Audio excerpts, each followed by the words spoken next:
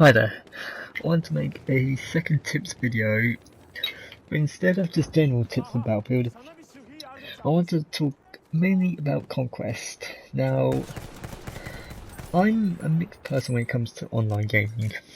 I do like to win a game. I do like to put the effort in to try and win a game, even if I'm throwing back to my days of playing Assassin's Creed Brotherhoods.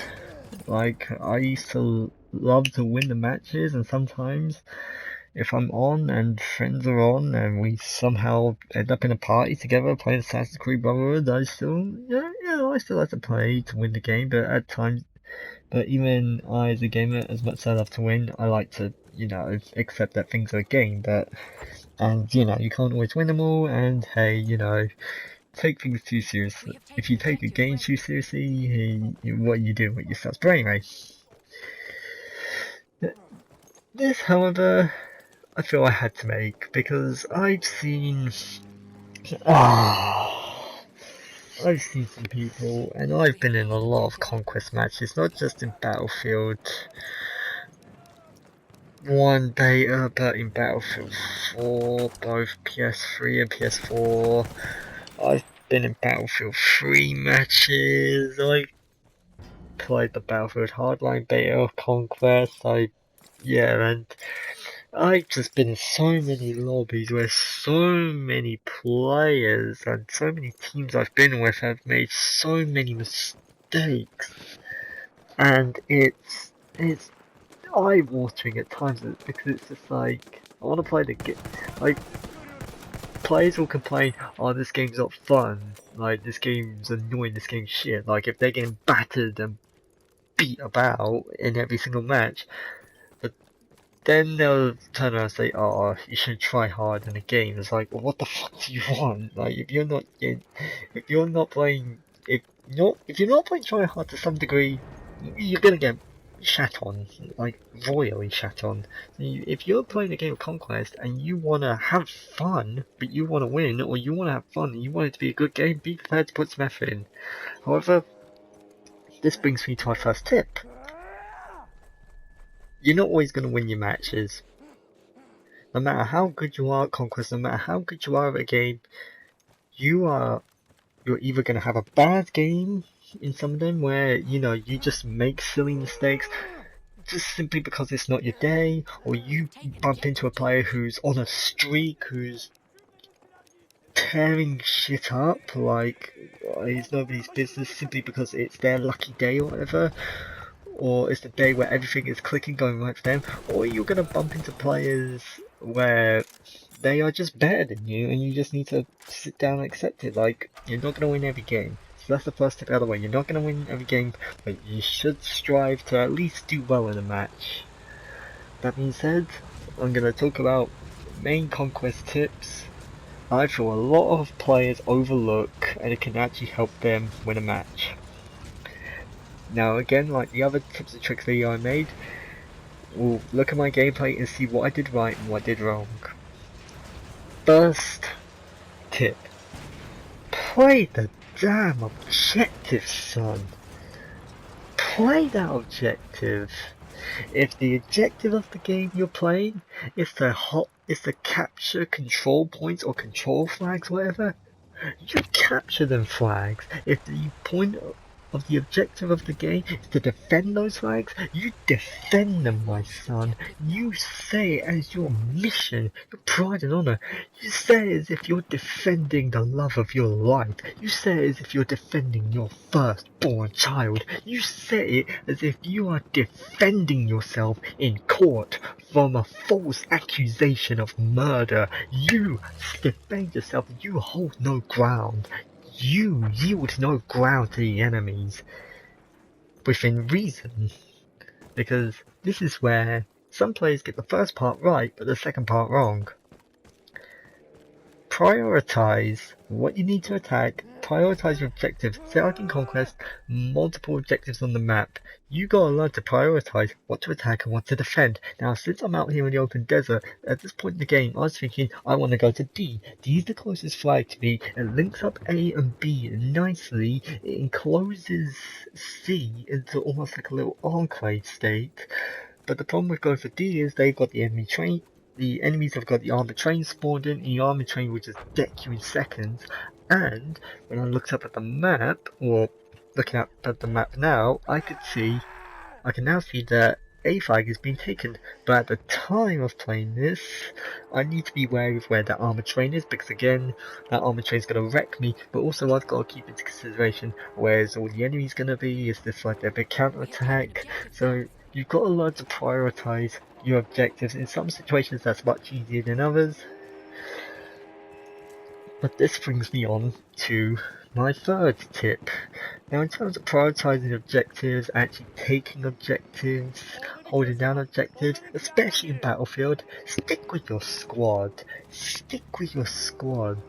Like whether it's a 2-man squad or a 5-man squad, you stick by their side. Hell, if it's a 2-man squad, you send your squad member a marriage proposal. You find their Skype address, you find them on Skype, you ring them up, you FaceTime them, you buy them the biggest, fattest diamond you've ever seen, you slap it onto a massive 10k carat gold ring, and you get down on one knee and you propose to them over Skype saying, I will marry you, you sexy, sexy slut, so long as we stick together in Battlefield as a squad. If it's a 5-man squad, you ring up each and every member of that squad, you call them your family, you tell them how much you love each and every one of them, you tell them how much your life would suck without every one of them, and you tell them you need to band together as a family, as a tribe, you need to come together.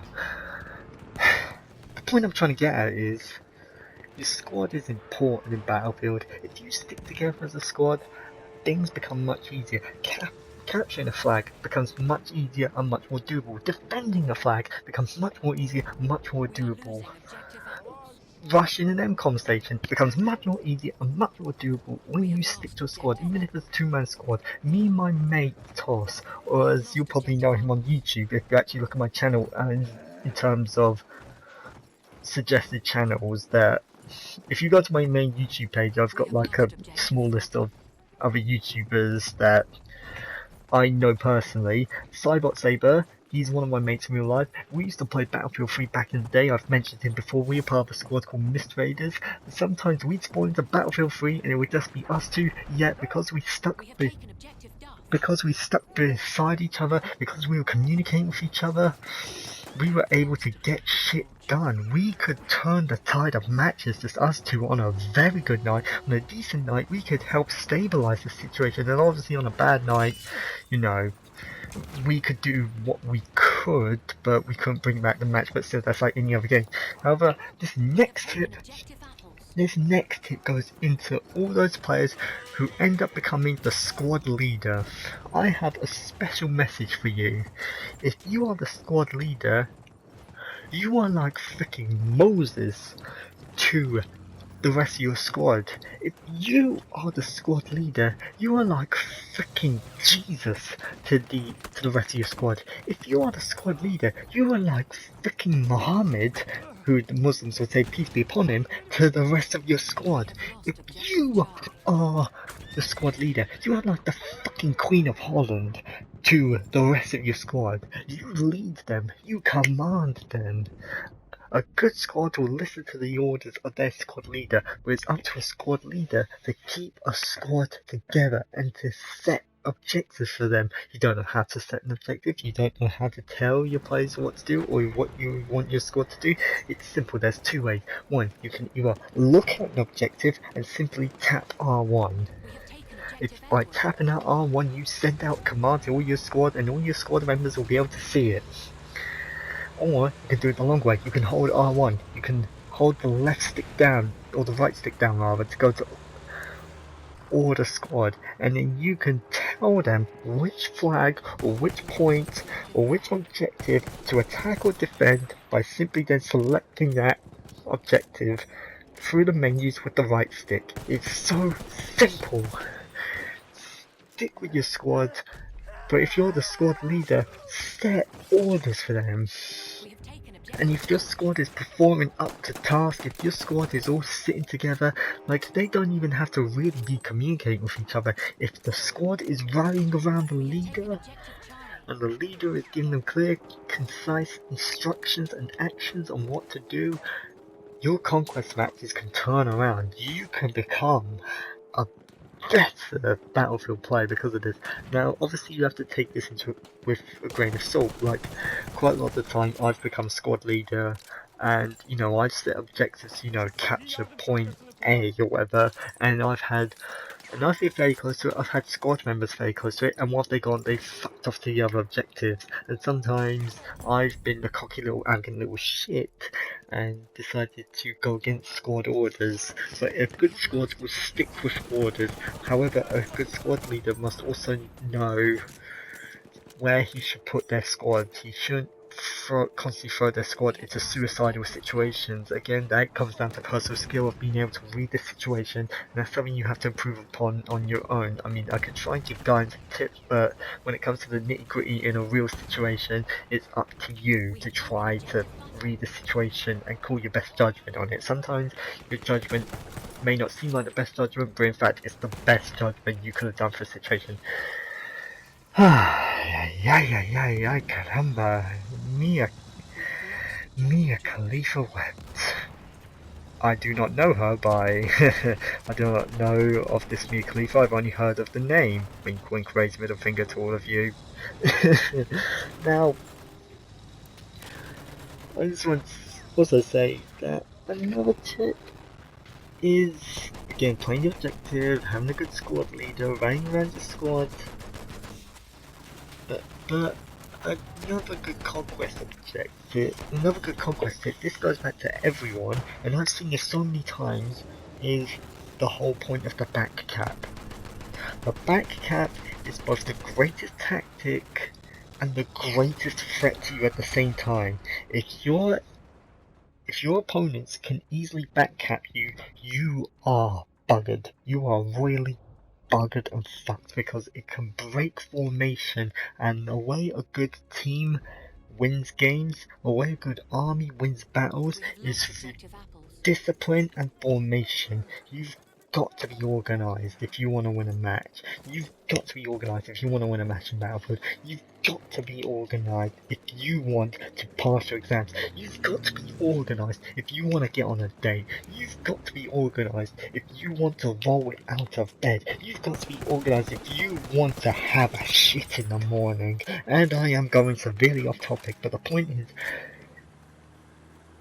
is, the flag you capture actually helps signify a level of order to your team.